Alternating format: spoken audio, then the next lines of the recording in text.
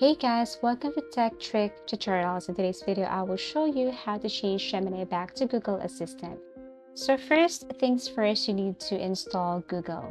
If you have your Google with you, then what you're going to do next is you have to go to your phone settings. You can swipe down, click the gear icon, and then what you're going to do here is you have to look for Google. So let me scroll down here, and below accounts, and there it is. Tap Google.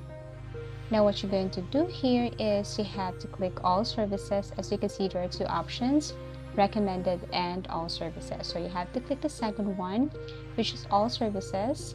Now click search assistant and voice, tap this one. And then here you have to scroll down again and click Google Assistant. Here scroll down and look for digital assistants from Google. So you have to scroll down here. So once you found this digital assistant from Google, then click this one. Now, if you're currently using Gemini and you want to switch to Google Assistant, just click Google Assistant and then tap switch.